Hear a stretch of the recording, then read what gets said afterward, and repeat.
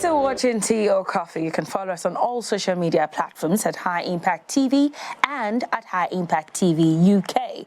Also, you can watch us on the go on the Avo TV mobile app at High Impact TV, definitely. And of course, you can get that app on any phone, iPhone, Android, any phone, any of the app stores. You have Avo TV there. And you can also follow us on YouTube. You can subscribe to our channel and click on the notification bell so you get a video every time we post. The conversation this morning has been about photography. We've had facts about photography. We've had funny views from the net. People, for some reason that I cannot explain, are saying that they would rather take pictures with their phones than get a professional photographer because they don't want to spend money. So I have a professional photographer and videographer with me in the studio this morning, and I bet the first question he would like to help me tackle is why people would rather. Is it professional to take pictures with your phone? That's the first question we'll tackle. But before I do that, Shola, Adekola Agoro is a Lagos State photographer with 19 years of practicing photography and over 9 years of teaching photography on different platforms. He holds a Bachelor of Science in Electronics and Computer Engineering from the Lagos State University and a host of other professional trainings in photography, music, and entrepreneurship development. He is the chairman and initiator of UK Photoshop Skill Acquisition Program, a training that has empowered hundreds of Nigerian youths across the country. He is on Tea or Coffee this morning, and I bid him welcome. Thank you so much. Thank you for joining me today. Thank you for having me. So let's tackle this back and forth about phone photographs versus professional photographs. And I want you to do it, let's have a realistic conversation about it. Which is the better option? Which should you, or which would you advise people, depending on the event? Say, for instance, it's my birthday. Do I necessarily have to go and cough 100,000 naira for a photo shoot when I can just use my phone? Okay, thank you. Firstly, I want to explain that there is more to photography than just taking a picture. Okay. When you take a picture, you're taking a snapshot. You're not conscious of the environment. You're not conscious of the background. You're not conscious of where your light is coming from. You're not conscious of composition. You don't understand color. You're just taking a picture. Nothing is set on your phone. Just place your phone and take picture. But that is a snapshot. Okay. When you take a professional picture, you're conscious of all of these things. There is more to photography than just taking picture. Anybody can take picture. In fact, you don't need to be a professional photographer to take a picture. To take a picture. So the first thing is that you must understand that only a photographer can take a professional picture, irrespective of what the person is using. Okay. You could use a phone as a photographer. You could use a professional camera. Okay. As a matter of fact, you could use anything. Okay. So you are mindful of color. You understand how a color reacts to another color. You understand how you separate a subject from the background. You understand what you want to be on the background. There's a whole lot to photography. You understand? So it's a course that is worth studying. But unfortunately, in Nigeria, there's almost no formal education to photography in Nigeria. So everybody wants to take a picture. So if you take a professional photographer to take a professional picture. So when you take picture, anybody can take pictures. It's just like having let's say, a good cook. You don't need a good pot of soup to be a good cook. You understand? So that does not even determine if you're a good cook. So having a good phone, having a good camera at home or wherever you have it does not make you a photographer. So a photographer is one that understands the nitty-gritty about photography. He understands color, he understands depth of field, he understands composition, he understands a whole lot of things. So there is more to photography than just taking a picture. Anybody can take a snapshot. But photography is more than taking a snapshot. In fact, I just tell people that you can take a lifetime studying photography, the art of taking pictures. Because photography is taken from the word photo and graphe, a Greek word. So photo means light and graphe means drawing. So you are painting, you are drawing with light. That means that you must understand light. Where is my light coming from? From which direction is it coming from? Am I using natural light or artificial light? Do you get? What color of light is actually lighting the subject? Is it a yellow light? Is it a natural light? What kind of light? Now, so apart from where is my light, how is the contrast like? Is it a contrasted light? Is it a reflected light? Is it a diffuse light? So there is a whole lot put together in taking pictures.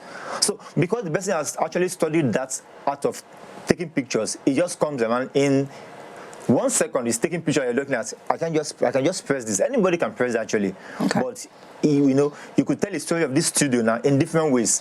I can take a picture here and make you look as if you're in a church. Oh, okay. Of course. I can also take a picture and make you look like you're moody. So I could take so many pictures and tell different stories with that picture. So any phone user can do that. Do you get? So there is more to being a professional photographer than just taking pictures. That's a snapshot. So let me get you straight. What all the things that you have tried to explain to me now boils down to one fact.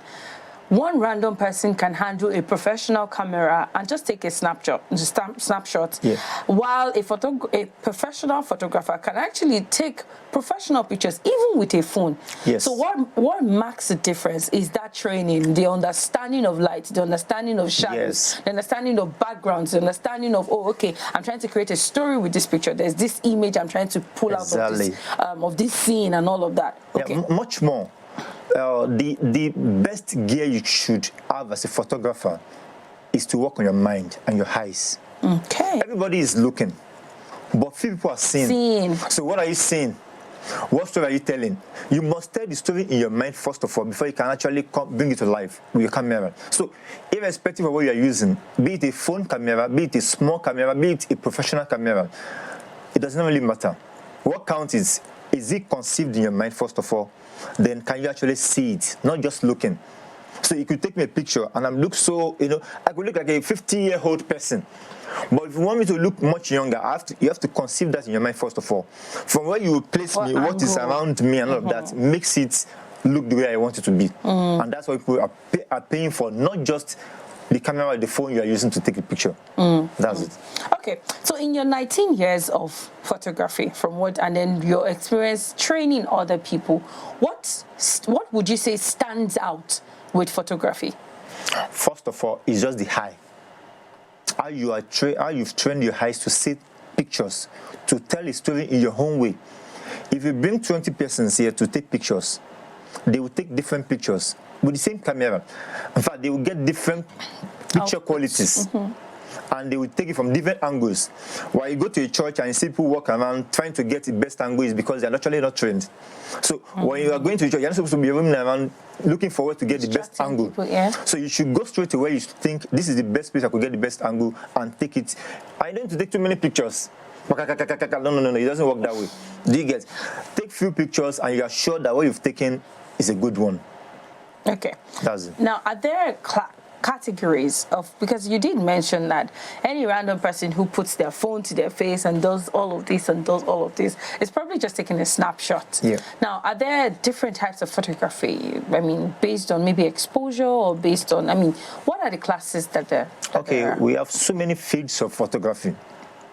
First of all, it's unfortunate that in this part of the world, people are so used to, when you talk about photography, they actually relate it to events. Photography, pre-birthday, burial, birthday, what have you, weddings. That is what they think Child about. Education. Exactly. That is just event photography, just a field of photography. Oh, okay.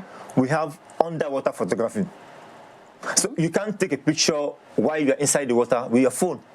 It doesn't work that way. Some people have hacked it. Of course, you could do that. If you must learn how to swim. You must learn how to run for your life. You understand? So you never can tell what happens inside the water if you are not used to that kind of environment. So there is war and combat photography. Imagine you taking to Sambisa Forest to take pictures. How would you survive?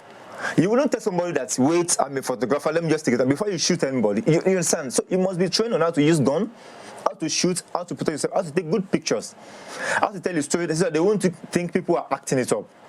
So there is food photography. People take, in fact, imagine that you're taking pictures of different kind of food in Nigeria. Every language, everybody, every state, every ethnic group have the way they prepare their food. You must understand how you place the food. You don't just spice it up with onions and other things. You must know where to place the cup and other things. Do you get? So there is more to. You must understand how your food is prepared before I can take a picture. I must understand what I must put on the table. Sometimes I need to even place those things on the table and not just on the plate. So there is more to that. How do you now light it up that it does not reflect and all of that? If I'm to take ice cream, how do I take it without being melting?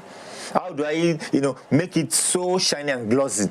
So there is more to that food photography. There is child photography, newborn, child, and maternity, all of them put together. Sometimes when you carry a baby, the baby is crying. When you point the camera to the baby, just how would you relate? How would you react to that? And how would you make the baby? Sometimes the baby is sleeping for 4-5 hours. The baby is in his world. He doesn't even understand what is happening. So, as a child photographer, you must understand what to do when the baby is crying. You must understand that you must not light a baby's skin with your flash. It will cause irritation. You can make the baby go partially blind for a few hours or with few days. Flash.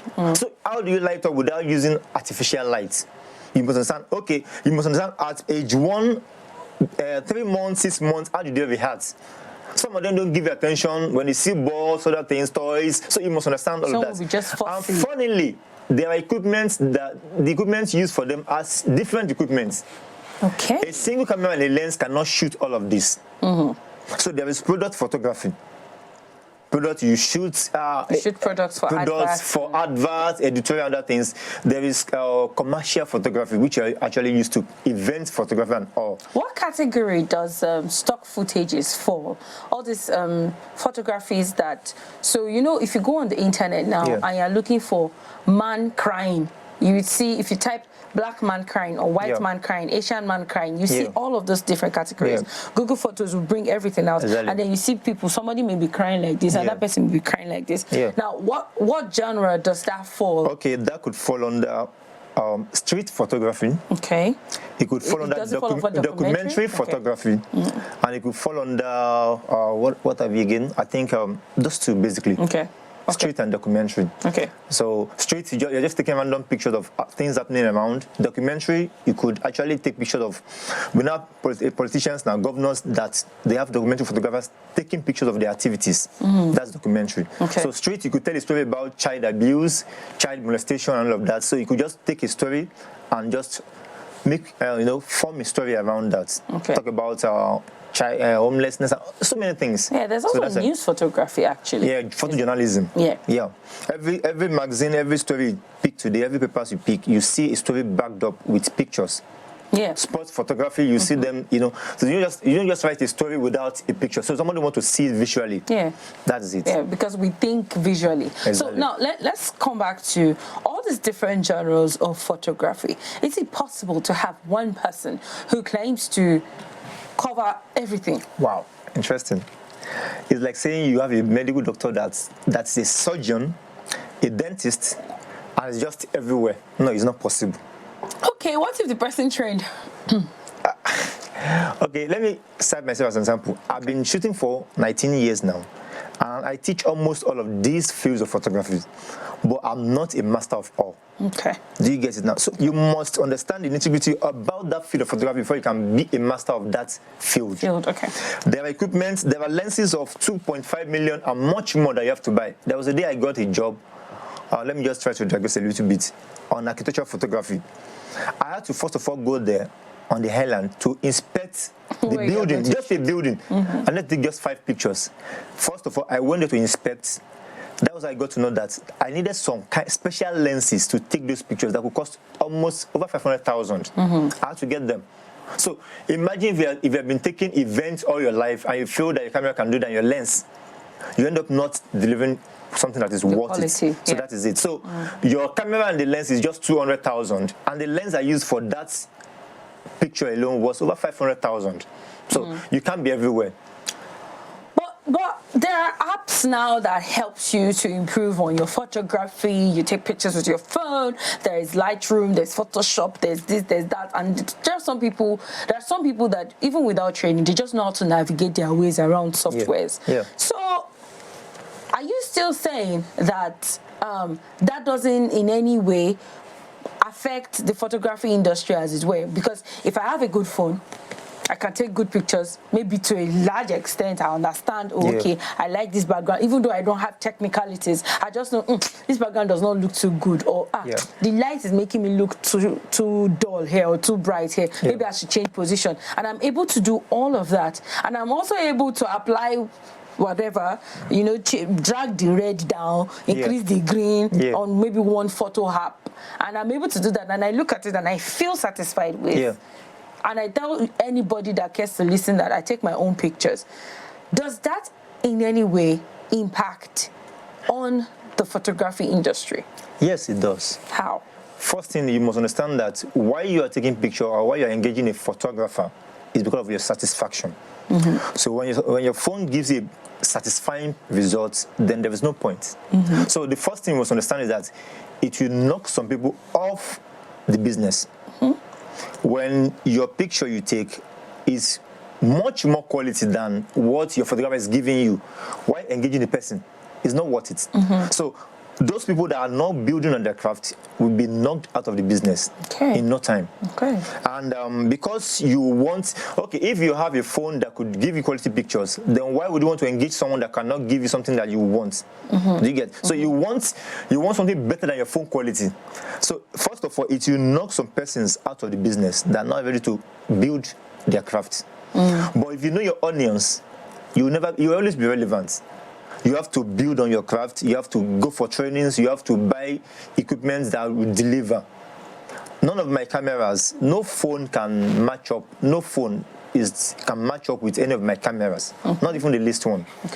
Aside the camera doing the work, you must understand that there's a place of professionalism in this business.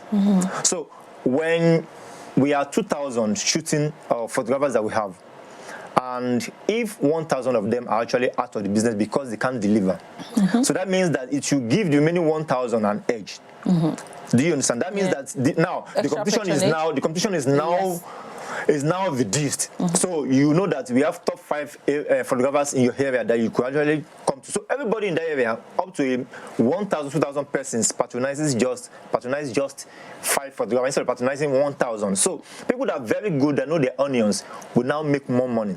Okay, so is more equipment better photos or more technical knowledge better photos? Both. Both, okay. Both. You must understand why you are buying what. You know, some people just like to acquire the latest technology, like to learn the newest software, like to buy the latest apparatus available, the latest light, the latest lens.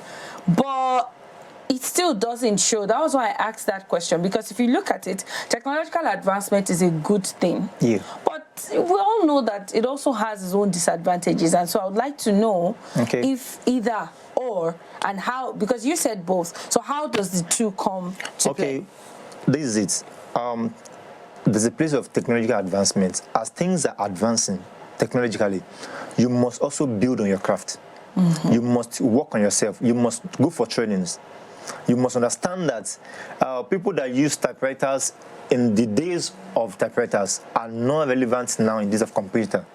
So that means that you must know how to stand out in the industry. You must understand that you must make up your mind to understand the nitty-gritty of photography and must know what to do to build on your craft. So that means that, take for instance the use of social media now. When you upload the pictures online now, unlike before that there was no social media, you get to meet people outside your reach. You get to network, people get to see what you are doing. They get to, it could have somebody engage you outside the country while you are here in the comfort of your home doing your thing. So people get to see, this person can actually do this.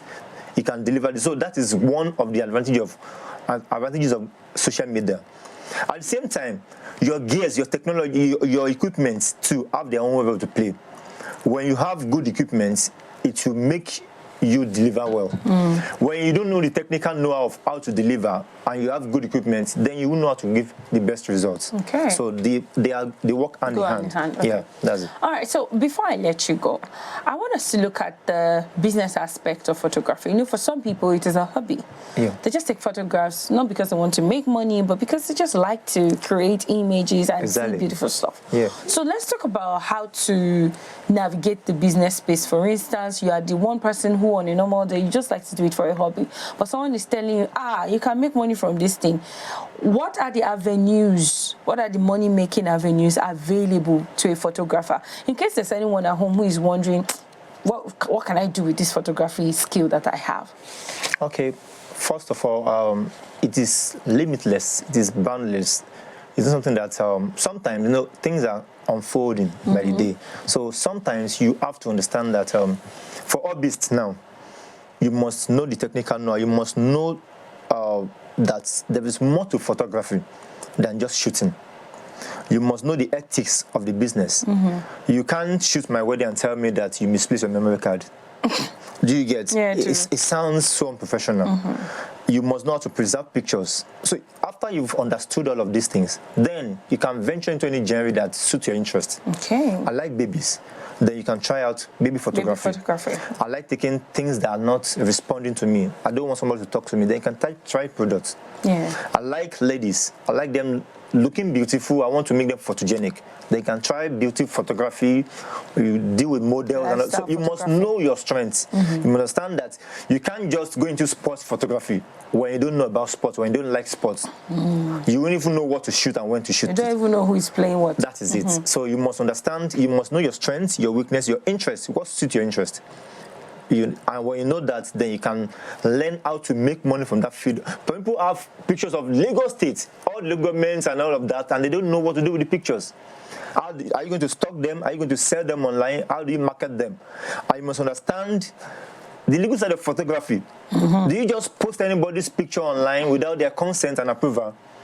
Who owns the copyright of your picture when you snap it? Can I sell your content, your picture? Can I just post online without your... If I pay you for my pictures and I see your logo or you sell you're going to be in trouble with me. Okay, another thing you must clarify is that logo, signature on pictures, there is more to that than just for promotional sake. Okay. For instance, under the law, every work of art must carry the creator's signature. Yes. You're a painter, sculpture, you paint, you draw, you take pictures.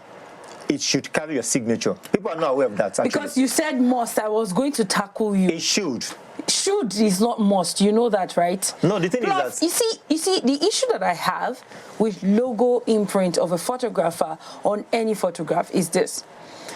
You're telling the world that this picture belongs to you. It's copyrighted. Yeah. It means that I can't even share on some platforms that you don't agree that I share on.